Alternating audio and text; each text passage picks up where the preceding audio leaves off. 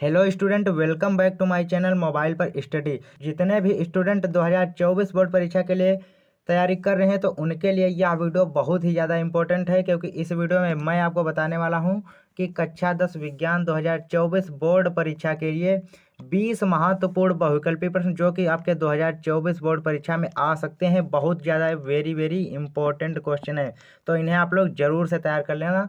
तो चलिए यहाँ पर देखते हैं कौन कौन से प्रश्न हैं, और वीडियो को आप लोग लास्ट तक जरूर देखना। वीडियो अच्छी लगे तो वीडियो को लाइक कर देना, और चैनल पर यदि नए हैं तो चैनल को भी सब्सक्राइब कर लेना। तो यहाँ पर चलिए देखते हैं पहला प्रश्न क्या है।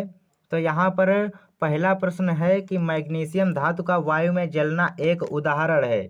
ऑप्शन ए है भौतिक परिवर्तन का, ऑप्शन बी है रासायनिक परिवर्तन का, ऑप्शन नंबर सी है उत्क्रमणीय अभिक्रिया का, या फिर ऑप्शन नंबर डी है इनमें से कोई नहीं।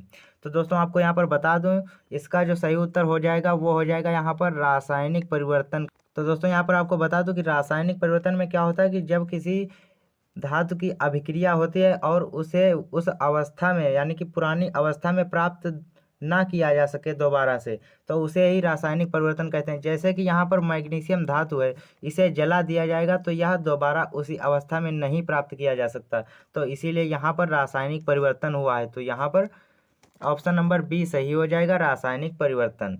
इसके बाद है आपका प्रश्न नंबर 2। तो प्रश्न नंबर 2 है यहाँ पर कि उपर्युक्त रासायनिक अभिक्रिया है। यहाँ पर जो यह आपको अभिक्रिया दी गई है, यह पूछ रहा है कि उपयुक्त रासायनिक अभिक्रिया है, कौन सी अभिक्रिया है। संयोजन अभिक्रिया है, या फिर द्विविस्थापन अभिक्रिया है, या फिर वियोजन अभिक्रिया है, या फिर विस्थापन अभिक्रिया है। तो कौन सी अभिक्रिया है यहाँ पर। तो यहाँ पर अभिक्रिया क्या है वो देखते हैं। यहाँ पर है Fe+ CuSO4 की अभिक्रिया होती है, तो यहाँ पर बनता है Cu+FeSO4, यानी कि यहाँ पर हुआ है आयरन प्लस कॉपर सल्फेट की अभिक्रिया जब होती है तो कॉपर प्लस आयरन सल्फेट बनता है। तो यहाँ पर हुआ क्या है कि जो यहाँ पर देखिए आयरन अलग था यहाँ, और इधर प्लस में कॉपर सल्फेट था। अब जब अभिक्रिया हुई है तो कॉपर अलग हो गया है और आयरन सल्फेट एक में ही हो गया है। तो यहाँ पर जो आयरन है इसने कॉपर को यहाँ से विस्थापित करके कॉपर की जगह यह खुद बैठ गया है यहाँ पर। तो यहाँ पर जो आयरन है इसने कॉपर को विस्थापित कर दिया है, तो इसीलिए यहाँ पर जो अभिक्रिया होगी वह होगी विस्थापन अभिक्रिया, यानी कि ऑप्शन नंबर डी आपका सही उत्तर हो जाएगा, विस्थापन अभिक्रिया। यही ऑप्शन आप लोग सही कर देना। बहुत ही इंपॉर्टेंट क्वेश्चन है, यह भी वेरी वेरी इंपॉर्टेंट है, तो इसे अभी आप लोग जरूर तैयार कर लेना। इसके बाद है आपका प्रश्न नंबर 3। तो प्रश्न नंबर 3 है यहाँ पर कि लौह चूर्ण पर तनु हाइड्रोक्लोरिक अम्ल डालने से क्या होता है। सही उत्तर पर निशान लगाइए। तो दोस्तों यहाँ पर ऑप्शन दिए गए हैं। ऑप्शन ए है हाइड्रोजन गैस एवं आयरन क्लोराइड बनता है, या फिर ऑप्शन नंबर बी है क्लोरीन गैस एवं आयरन हाइड्रोक्साइड बनता है, या फिर ऑप्शन नंबर सी है कोई अभिक्रिया ही नहीं होती है, और ऑप्शन डी है आयरन लवण एवं जल बनता है। तो दोस्तों इसका जो आपको सही उत्तर बता दूं यहाँ पर वह हो जाएगा option number A hydrogen gas एवं आयरन क्लोराइड बनता है। तो ऑप्शन नंबर ए आपका सही उत्तर हो जाएगा। इसके बाद बढ़ते हैं प्रश्न नंबर 4 की तरफ। तो प्रश्न नंबर 4 है यहाँ पर कार्बन मोनोऑक्साइड की क्लोरीन के साथ अभिक्रिया द्वारा कार्बोनिल क्लोराइड का बनना उदाहरण है। तो यहाँ पर ऑप्शन दिए गए हैं। ऑप्शन ए है वियोजन अभिक्रिया का, ऑप्शन बी है संयोजन अभिक्रिया का, और ऑप्शन सी है विस्थापन अभिक्रिया का, ऑप्शन डी है अपघटन अभिक्रिया का।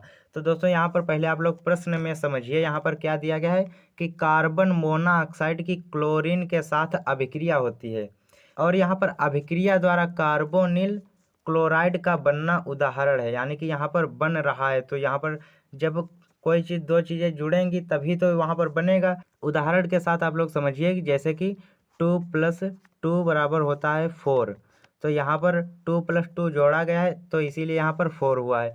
तो यहाँ पर जो कार्बन मोनोऑक्साइड और क्लोरीन के साथ जब अभिक्रिया हुई तो यहाँ पर कार्बोनिल क्लोराइड बना है, तो यहाँ पर संयोजन अभिक्रिया होगी, क्योंकि दो चीज़ें आपस में जुड़ रही हैं, तो यहाँ पर संयोजन अभिक्रिया का यह उदाहरण है। तो यही आपका राइट आंसर हो जाएगा, सही कर लेना ऑप्शन नंबर बी। इसके बाद बढ़ते हैं आपके 5वें नंबर प्रश्न की तरफ। तो 5वां प्रश्न है यहाँ पर कि अम्लीय विलयन का पीएच मान है। यहाँ पर पीएच मान समझिए, बहुत ज़्यादा इंपॉर्टेंट है। ऑप्शन ए है 7, ऑप्शन बी है 7 से कम, ऑप्शन सी है 7 से अधिक, और ऑप्शन डी है 0। तो यहाँ पर पहले पीएच स्केल को समझिए। मान लीजिए यहाँ पर यह एक पीएच स्केल है, यह 0 है, यहाँ पर 7 है और यहाँ पर 14 है। अब यहाँ पर समझिए, यहाँ पर जो 0 से 7 तक जो भी पीएच मान होंगे वह सब अम्लीय होंगे, ये वाले। और इधर जो 7 से 14 तक होंगे वह क्षारीय होंगे, और जो 7 होगा, सिर्फ 7, वह उदासीन होगा। तो अब यहाँ पर समझते हैं कि यहाँ पर अम्लीय विलयन का पीएच मान पूछा गया है। तो यहाँ पर 7 है, 7 से कम, 7 से अधिक और 0। तो यहाँ पर पहला 7, 7 तो उदासीन होता है, 7 से कम, तो 7 से कम अम्लीय विलयन होगा। तो यहाँ पर अम्लीय विलयन पूछा गया है, तो इसका जो दोस्तों सही उत्तर हो जाएगा 7 से कम। ऑप्शन नंबर बी सही उत्तर हो जाएगा, 7 से कम। तो यही आपका राइट आंसर हो जाएगा। तैयार कर अच्छे तरीके से, बहुत ही इंपॉर्टेंट प्रश्न है। इसके बाद बढ़ते हैं प्रश्न नंबर 6 की तरफ। तो प्रश्न नंबर 6 है, यहाँ पर क्षारक के साथ हल्दी का रंग होता है। ऑप्शन ए है पीला, ऑप्शन बी है नारंगी, ऑप्शन सी है भूरा तथा लाल, और ऑप्शन डी है अपरिवर्तित रहता है, यानी कि कोई परिवर्तन ही नहीं होता है। तो दोस्तों यहाँ पर आपको बता दूं, इसका जो सही उत्तर होगा वो होगा यहाँ पर भूरा लाल। जब क्षारक के साथ हल्दी मिला देंगे तो उसका रंग हो जाएगा भूरा तथा लाल। ऑप्शन नंबर सी आपका सही उत्तर हो जाएगा। इसके बाद है आपका प्रश्न नंबर 7, क्षारीय विलयन का पीएच मान है। अभी हमने पढ़ा था अम्लीय विलयन का, अब हमें बताना है क्षारीय विलयन का। तो यहाँ पर ऑप्शन ए है 0, ऑप्शन बी है 7, ऑप्शन सी है 7 से कम, और ऑप्शन डी है 7 से अधिक। तो यहाँ पर 0 तो होगा, अम्लीय ही होगा क्योंकि 7 से कम है। और यहाँ पर ऑप्शन नंबर बी है 7, तो 7 तो उदासीन होता है। और यहाँ पर इसके बाद है 7 से कम, तो 7 से कम तो अम्लीय होता है, और 7 से अधिक यहाँ पर दिया गया है ऑप्शन नंबर डी। तो यही आपका राइट आंसर हो जाएगा, 7 से अधिक। क्योंकि यहाँ पर आपको पता है कि 7 से अधिक और 14 से कम जितने भी तत्व यानी कि विलयन का पीएच मान होगा वह क्षारीय विलयन होंगे। तो यहाँ पर 7 से अधिक आपका सही उत्तर हो जाएगा। इसके बाद है प्रश्न नंबर 8, एक विलयन नीले लिटमस को लाल कर देता है, इसका पीएच मान होगा। यानी कि यहाँ पर एक विलयन दिया गया है और वह नीले लिटमस को लाल कर देता है, तो इसका पीएच मान होगा। ऑप्शन ए है 6, और ऑप्शन बी है 7, ऑप्शन सी है 8, और ऑप्शन डी है 10। तो यहाँ पर आपने अम्ल तथा क्षार की परिभाषा पढ़ी होगी। तो जो अम्ल होते हैं वो नीले लिटमस को लाल कर देते हैं, यानी कि यह जो गुण दिया गया है यह अम्ल का है, नीले लिटमस को लाल करना। तो यहाँ पर अम्लीय विलयन कौन सा है? यहाँ पर 6, 7, 8, 10। तो 7 उदासीन, 8 क्षारीय हो जाएगा, 10 भी क्षारीय हो जाएगा।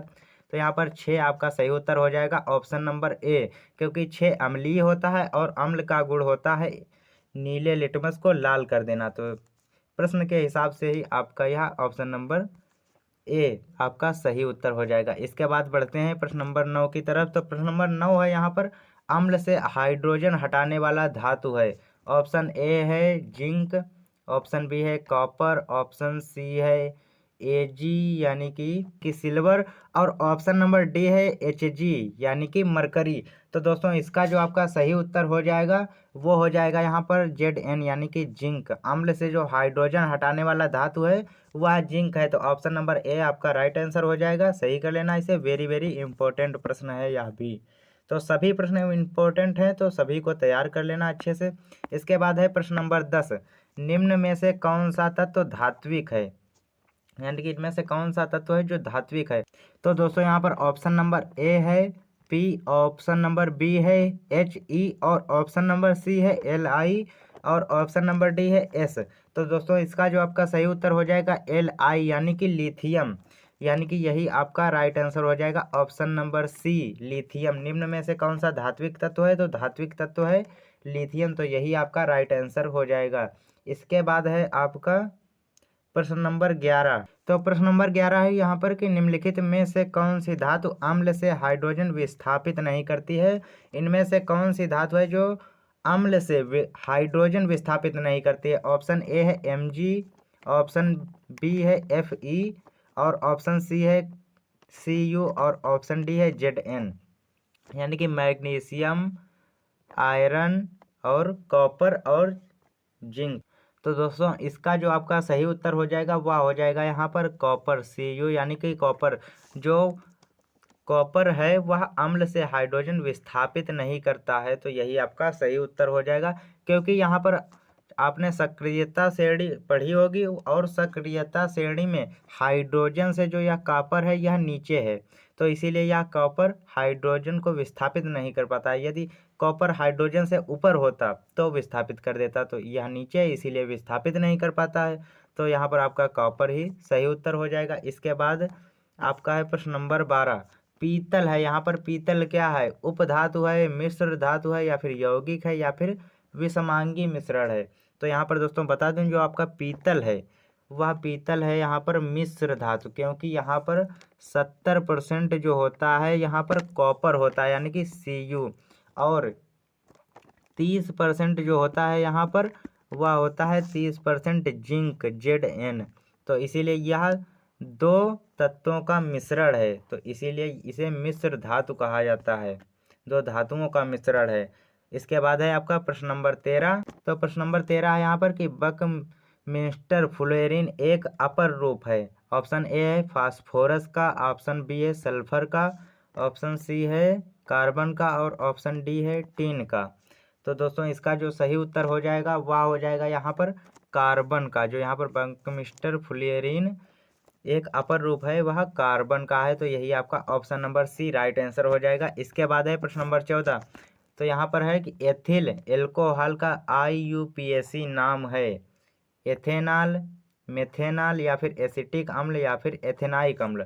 तो दोस्तों इसका जो सही उत्तर हो जाएगा वह हो जाएगा यहाँ पर एथेनॉल, क्योंकि यहाँ पर जो एथिल एल्कोहल का IUPAC नाम है वह एथेनॉल है। तो यही आपका राइट आंसर हो जाएगा ऑप्शन नंबर ए।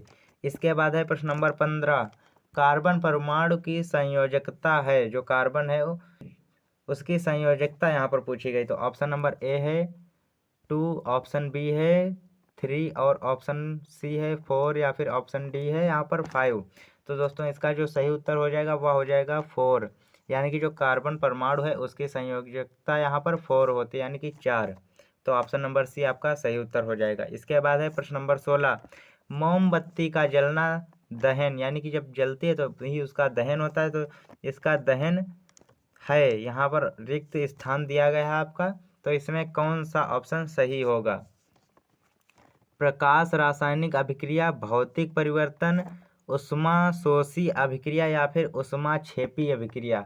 तो दोस्तों आपको यहाँ पर बता दूं इसका सही उत्तर होगा उष्माक्षेपी अभिक्रिया। यहाँ पर उष्माक्षेपी भरा जाएगा, क्योंकि जब मोमबत्ती का जलना यानी कि दहन होता है तो उसके साथ साथ प्रकाश तथा उष्मा भी उससे बाहर मतलब कि निकलती हैं। जैसे कि जब मोमबत्ती जलती है तो उसमें से उष्मा भी निकलती है और प्रकाश भी होता है, तो यहाँ पर उष्माक्षेपी अभिक्रिया कहलाएगी। तो यहाँ पर ऑप्शन नंबर डी आपका राइट आंसर हो जाएगा। इसके बाद है आपका प्रश्न नंबर 17, आधुनिक आवर्त वर्गीकरण का आधार है। ऑप्शन ए है परमाणु भार, ऑप्शन बी है परमाणु क्रमांक, ऑप्शन सी है संयोजकता, और ऑप्शन डी है रासायनिक क्रियाशीलता। तो दोस्तों इसका जो सही उत्तर हो जाएगा, यानी कि जो आधुनिक आवर्त वर्गीकरण का आधार है वह है यहाँ पर परमाणु क्रमांक। ऑप्शन नंबर बी आपका सही उत्तर हो जाएगा परमाणु क्रमांक। इसके बाद है प्रश्न नंबर 18, निम्नलिखित में क्षारीय धातु है NaBeAl और Zn। तो दोस्तों इसका जो सही उत्तर हो जाएगा Na, यानी कि यहाँ पर सोडियम जो है वह आपका क्षारीय धातु है। इनमें से क्षारीय धातु सोडियम है Na। इसके बाद है आपका प्रश्न नंबर 19, सभी कार्बनिक यौगिकों का आवश्यक तत्व निम्न में स्थित है। ऑप्शन ए है समूह 1, ऑप्शन बी है समूह 14, ऑप्शन सी है समूह 15, और ऑप्शन डी है समूह 16। तो दोस्तों इसका जो सही उत्तर होगा समूह 14। यहाँ पर जो सभी कार्बनिक यौगिकों का आवश्यक तत्व निम्न में स्थित है तो वह है समूह 14। तो यही आपका राइट आंसर हो जाएगा समूह 14, ऑप्शन नंबर बी। इसके बाद है आपका आखिरी प्रश्न, प्रश्न नंबर 20, निम्न में से कौन सा तत्व सरलता से इलेक्ट्रॉन त्यागता है? ऑप्शन ए है मैग्नीशियम, ऑप्शन बी है सोडियम, ऑप्शन सी है पोटेशियम, और ऑप्शन डी है कैल्शियम। तो दोस्तों इसका जो आपका सही उत्तर हो जाएगा वह हो जाएगा यहाँ पर ऑप्शन नंबर सी यानी कि पोटेशियम आपका राइट आंसर हो जाएगा कि निम्न में से कौन सा तत्व तो सरलता से इलेक्ट्रॉन त्यागता है। तो यहाँ पर जो पोटेशियम है वही सरलता से इलेक्ट्रॉन त्याग देता है, तो यही आपका राइट आंसर हो जाएगा पोटेशियम, ऑप्शन नंबर सी। तो दोस्तों यही थे आज के 20 प्रश्न साइंस के। तो दोस्तों इन्हें आप लोग ज़रूर से तैयार कर लेना। तो और बहुत ही ज़्यादा इम्पोर्टेंट प्रश्न है, वेरी वेरी इम्पोर्टेंट है, ज़रूर से तैयार कर लेना। तो आई होप कि आपको यह सभी अच्छे से समझ में आ गए होंगे। तो वीडियो अच्छी लगी तो वीडियो को भी लाइक कर देना, और चैनल पर यदि नए हैं तो चैनल को भी सब्सक्राइब कर लेना, शेयर कर देना अपने दोस्तों के पास, ताकि वे भी इसी तरीके से ऑब्जेक्टिव क्वेश्चन की भी ज़्यादा से ज़्यादा प्रैक्टिस कर सकें, तैयारी कर सकें, क्योंकि एग्ज़ाम बहुत ही नज़दीक आ गया है आपका। तो तैयारी आप लोग अपने अच्छे से करते रहिए। तो चलिए मिलते हैं आपसे और किसी नेक्स्ट वीडियो में, तब तक के लिए जय हिंद, जय भारत।